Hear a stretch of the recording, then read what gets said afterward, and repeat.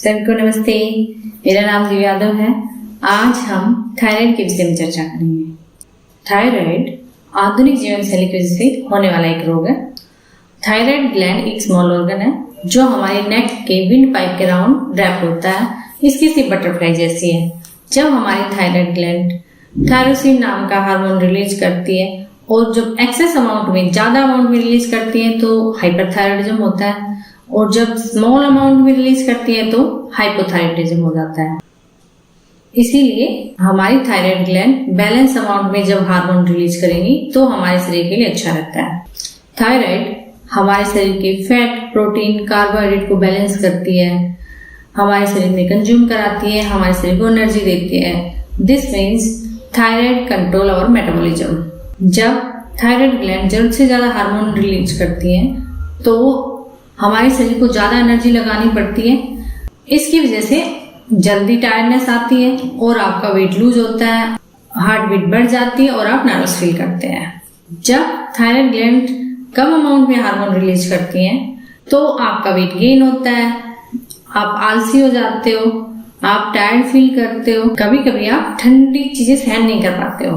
दोनों ही सिचुएशन खतरनाक है। थायराइड का कंट्रोल होना बहुत जरूरी है।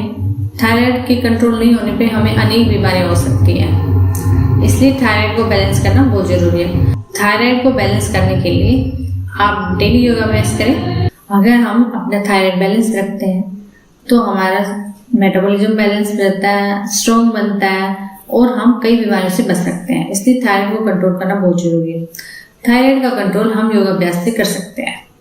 थायराइड को कंट्रोल करने के लिए वो अभ्यास करने चाहिए जिनमें हमारा ब्लड का सर्कुलेशन हमारी नेक की साइड हो। जब हमारी नेक की साइड ब्लड सर्कुलेशन होगा, थोड़ा प्रेशर हमारे थायराइड ग्लैंड पे आएगा तो हमारी थायराइड ग्लैंड अच्छे से काम करती है। इसलिए जिस भी अभ्यास में आपका ब्लड का सर्कुलेशन गर्दन की तरफ होता है तो थायराइड ग्लैंड लाभकारी होता है। आज हम जो अभ्यास करेंगे आप डेली उनमें से बेशक 3 अभ्यास ही करें, लेकिन अगर रेगुलर करेंगे तो आपके लिए वो बहुत लाभकारी होंगे। अभ्यास शुरू करते हैं। आपको योग अभ्यास की शुरुआत तो ओंकार के साथ ही करनी है, उसके बाद आपको सूक्ष्म क्रिया का अभ्यास करना है। इसके बाद हम थायराइड कंट्रोल के लिए योग अभ्यास करते हैं। सबसे पहले अब हम करेंगे बिलावासन का अभ्यास। इसके लिए हम सबसे पहले वज्रासन की पोजीशन में आ जाएं। इसके बाद हमें अपने हाथों को उतनी दूरी पे रखना है जितनी हमारे कंधों के बीच में डिस्टेंस है। अब हम सांस भरते हुए गर्दन को ऊपर लेके जाएंगे और सांस छोड़ते हुए वापिस आएंगे। जब हम वापिस आए तो हमें कोशिश करनी कि हमारी गर्दन हमारे कंठ से लगे। फिर आप इनहेल करते हुए ऊपर जाइए और एक्सहेल करते हुए नीचे आइए। जब हम एक्सहेल करते हुए नीचे जाएंगे तो हमारी पीठ ऊपर की तरफ जाती है और हमारा पेट सिकुड़ता है और हमारी थोड़ी गर्दन पे टच होती है। और जब हम इनहेल करते हुए ऊपर जाएंगे तो हमारा पेट नीचे की तरफ आता है और हमारी बैक थोड़ी सी बेंड होती है। आपको 3 से 5 बार बिलावासन का अभ्यास करना है। बिलावासन का अभ्यास बहुत ही अच्छा अभ्यास है थायराइड ग्लैंड के लिए और इसे सभी लोग कर भी सकते हैं। ये बहुत इजी अभ्यास भी है। इसको अभ्यास सभी लोग कर सकते हैं, इजीली कर सकते हैं। इसके लिए कोई बहुत ज्यादा फ्लेक्सिबिलिटी की जरूरत नहीं होती है। अब हम करेंगे सिंहासन का अभ्यास। सिंहासन के अभ्यास के लिए हमें पैरों के बीच में डिस्टेंस बढ़ा लेना है, थोड़ा चौड़ा कर लेना। आपने दोनों हाथों के पंजों को पैरों के पास ऐसे पैरों के नीचे दबाना नहीं, लेकिन अंदर की साइड कर लेना है। अब हम एक गहरी सांस लेंगे और जब हम सांस छोड़ेंगे तो हमें अपनी आंखों को ऐसे ऊपर करना है और जीभ पूरी बाहर निकालनी है और धाड़ना है, सिर की तरह धाड़ना है। एक बार अभ्यास करते हैं। गहरी सांस ली, आंखों को ऊपर किया,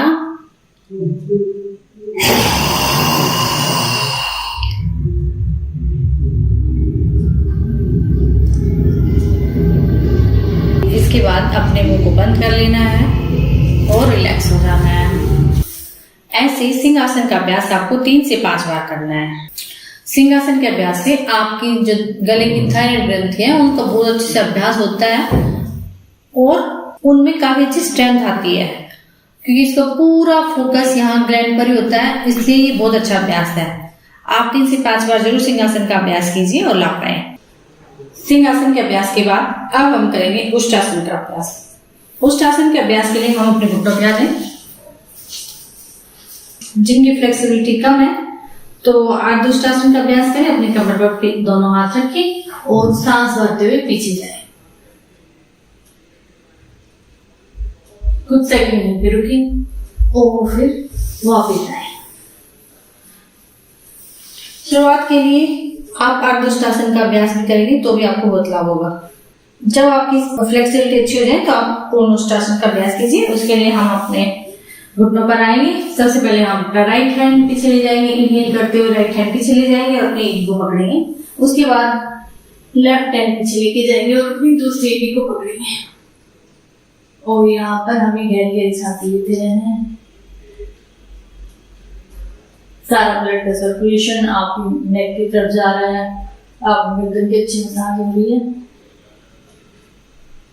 अब एडजस्ट करते हुए लेफ्ट हैंड को पहले लेके आना है और फिर राइट हैंड को लेके आना है।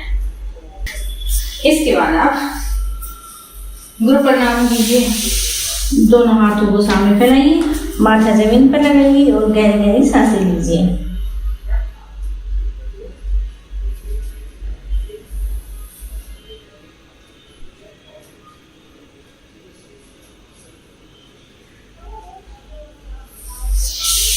उष्टासन का अभ्यास हमारे गले से संबंधित सभी बीमारियों के लिए बहुत लाभकारी अभ्यास है। लंग्स के लिए बहुत लाभकारी अभ्यास है। आपको अगर टॉन्सिल की प्रॉब्लम है, गले में एलर्जी वगैरह कुछ है तो उसमें भी आपकी नेक में अच्छी मूवमेंट होती है, अच्छा ब्लड का सर्कुलेशन होता है। आप शुरुआत में 2 राउंड अर्धउष्टासन के कीजिए। उसके बाद 2 से 3 बार आप पूर्ण उष्टासन के कीजिए। ये आपके लिए थायराइड में बहुत लाभकारी होगा। जब भी आप उष्टासन का अभ्यास करें आप उसके बाद गुरु प्रणाम जरूर करें। अब हम करेंगे मत्स्यासन का अभ्यास। मत्स्यासन के अभ्यास के लिए हम अपने पीठ की ओर ले जाएं और जो लोग पद्मासन नहीं लगा सकते वो अर्ध मत्स्यासन का अभ्यास कीजिए। अपने हाथों को साइड में रखें। उसके बाद अपने हाथों के प्रेशर से हम अपने हथेलियों को अपने कंधों के बराबर रखेंगे। हथेलियों पर थोड़ा प्रेशर देंगे और अपनी गर्दन को उठाएंगे। बाद में हाथ सामने लाएं और यहाँ पर सहज होकर और यहाँ पर आप कुछ सेकंड रुकिए, सहज रहे, सांस लेते रहे, फिर सांस छोड़ते हुए और हथेलियों के प्रेशर से ही गर्दन को उठाएंगे और वापस आ जाएंगे। लेकिन जो लोग पद्मासन लगा सकते हैं वो पूर्ण मत्स्यासन का अभ्यास कीजिए।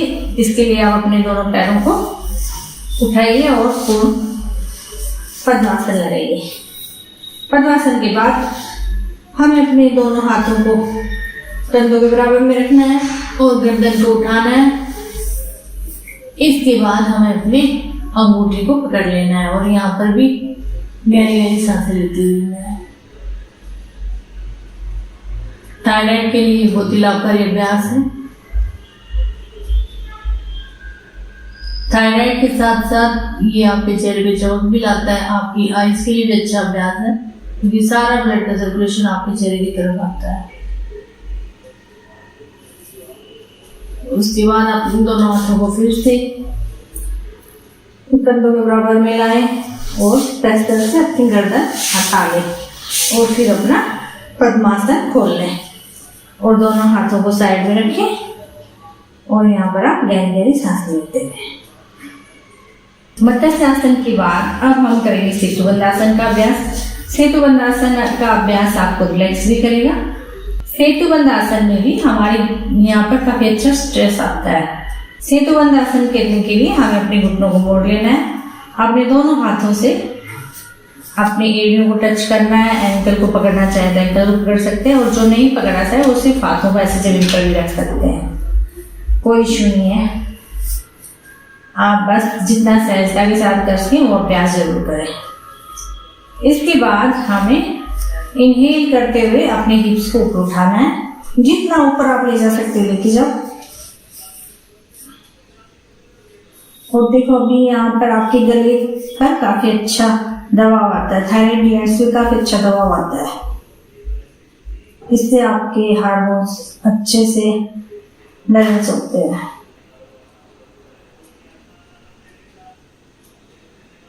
सेतुबंध आसन के लिए आपको इनहेल करते हुए ऊपर आना है और यहाँ पर कुछ देर सांस को रोक के रखना है। जितनी देर आप सांस होल्ड करके रखेंगे आप रुके, और जैसे ही आपको लगे कि अभी सांस छोड़नी है तो आप वापस नीचे आ जाएंगे। सेतुबंध आसन का अभ्यास आप 3 से 5 बार कीजिए। ये बहुत ही बेहतरीन अभ्यास है लेडीज के लिए।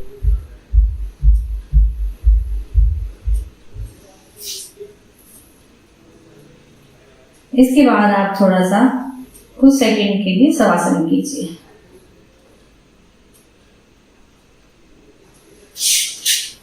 शवासन के बाद आप बाई करवट लेके उठ के बैठ जाएं। अब हम करेंगे जालंधर बंद का अभ्यास। जालंधर बंद लगाने के लिए या तो वज्रासन में बैठे या फिर हम पद्मासन लगा के बैठे, और जो वज्रासन नहीं लगा सकते या पद्मासन नहीं लगा सकते तो सुखासन में भी बैठ सकते हैं। अपने दोनों हाथ घुटनों पे रखें और उसके बाद हमें एक गहरी सांस लेनी है और फिर सांस छोड़ते हुए हम अपनी ठोड़ी को गर्दन को नीचे ले जाएंगे और अपनी ठोड़ी को कंठ में लगाएंगे ऐसे। और यहाँ पर सांस को भारी रोक के रखना है। जितनी देर आप रोक के रख सकते हैं रखें।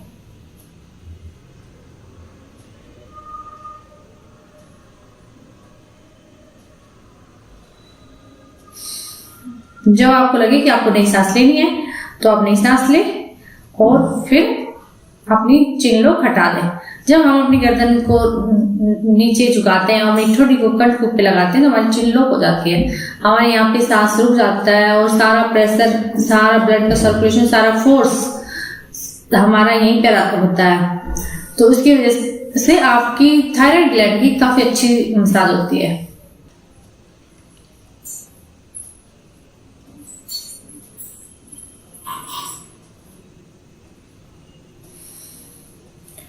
जब आप अपने चिल्लों को खोलें तो अच्छे से 1-2 गहरी गहरी सांसें लें। फिर उसके बाद आप दोबारा से चिल्लों को लगाएं। ये अभ्यास आप सुबह शाम 5 से 10 बार कर सकते हैं। इसके बाद हम करेंगे टंग पीता, जो थायराइड के लिए बहुत लाभकारी अभ्यास है। उसमें भी आप सुखासन, पद्मासन या सिद्धासन में बैठ सकते हैं। अपने दोनों हाथ अपने यहाँ पे रखें घुटनों पर, और उसके बाद हम मैं की साउंड निकालेंगे। लंबी मैं की साउंड निकालनी है हमें। हमने सांस भरा और फिर मैं की साउंड निकालेंगे।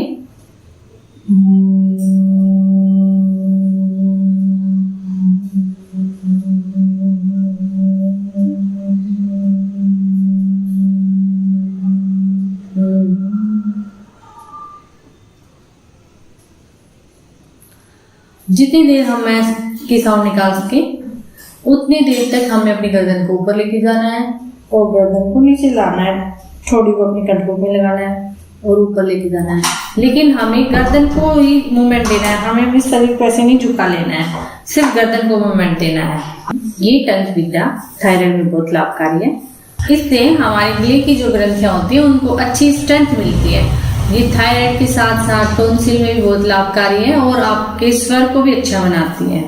ज्यादातर ये प्रैक्टिस सिंगर्स इसका अभ्यास करते हैं, लेकिन ये थायराइड में भी बहुत लाभकारी है। एक बार फिर से करते हैं। आप मैं की साउंड निकालें। हमने सांस भरा,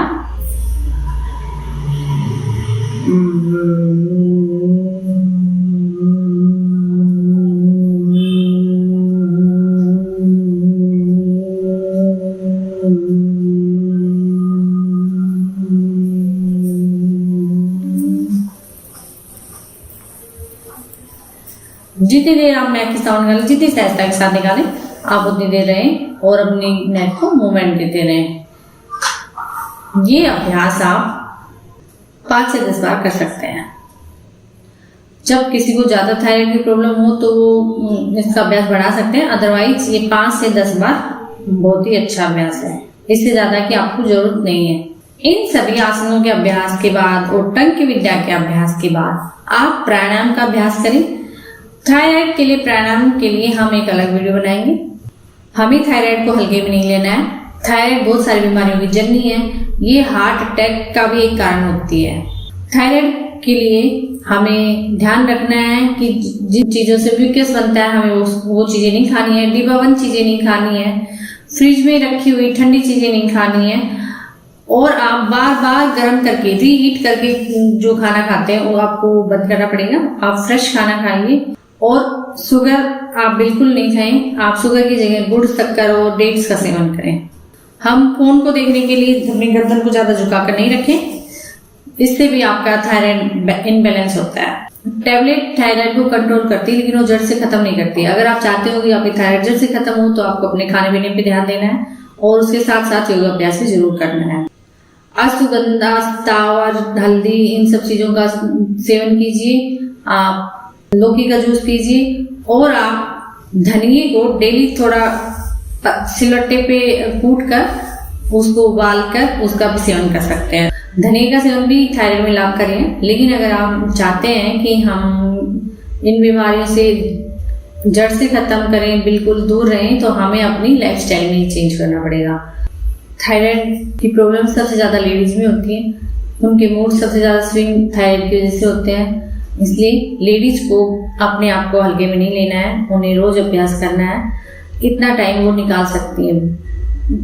थायराइड के लिए जो योगा अभ्यास है वो 20 से 25 मिनट से ज्यादा नहीं लगेगा। आप 20-25 मिनट अपने लिए निकाल सकते हैं। और आप अपने आप को इक्वल इम्पोर्टेंस दीजिए और बासी और ठंडा खाना मत खाइए। आप डेली योग कीजिए और थायराइड में लाभ पाएं। और मेरे चैनल को लाइक, शेयर एंड सब्सक्राइब करें। धन्यवाद।